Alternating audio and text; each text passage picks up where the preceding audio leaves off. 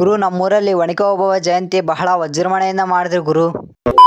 Hi, ಬೆಳಿಗ್ಗೆ ತಕ್ಷಣ ಹಿಂಗಿದ್ದೆ, ನಿಂಗೆ ರೆಡಿಯಾಗಿ ಆಮೇಲೆ ಕಾಲೇಜ್ ಕಡೆ ಹೊಟ್ಟಿದ್ದೆ. ಕಾಲೇಜ್ ಹತ್ರ ಹೋಯ್ದ ತಕ್ಷಣವೇ ನಮ್ಮ ಇಲ್ಲಿ ಕರ್ಕೊಂಡ್ಬಿಟ್ರು. ಯಾಕಪ್ಪ ಅಂತಂದ್ರೆ ಒಣಕೆ ಓಬವ್ವ ಜಯಂತಿ ಇರೋ ಕಾರಣಕ್ಕೆ. ಈಗ ನಮ್ ಜೊತೆ ಯಾರಪ್ಪ ಇರೋದಂತಂದ್ರೆ ಅಲ್ಲರ್ಜುನ್.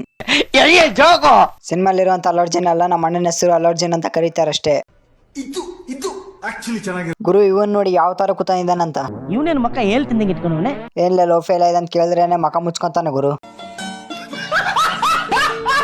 ಹಾಗೆ ಸನ್ಮಾನ ಕಾರ್ಯಕ್ರಮಗಳೆಲ್ಲ ಮುಗಿಸ್ಕೊಂಡು ಊಟ ಮಾಡ್ಕೊಂಡು ಅಲ್ಲಿಂದ ಸೀದಾ ಹೋಗಿದ್ದೆ ಕಾಲೇಜ್ ಕಡೆ. ಕಾಲೇಜಿಂದ ಬಂದ ತಕ್ಷಣ ನಾನು ಈ ತರ ರೆಡಿಯಾಗಿ ನಮ್ಮೂರಲ್ಲಿ ಒಣಕೆ ಓಬವ್ವ ಜಯಂತಿ ಯಾವ ತರ ಮಾಡಿದ್ರೆ ಅಂತ ತೋರಿಸ್ತೀನಿ ಬನ್ನಿ.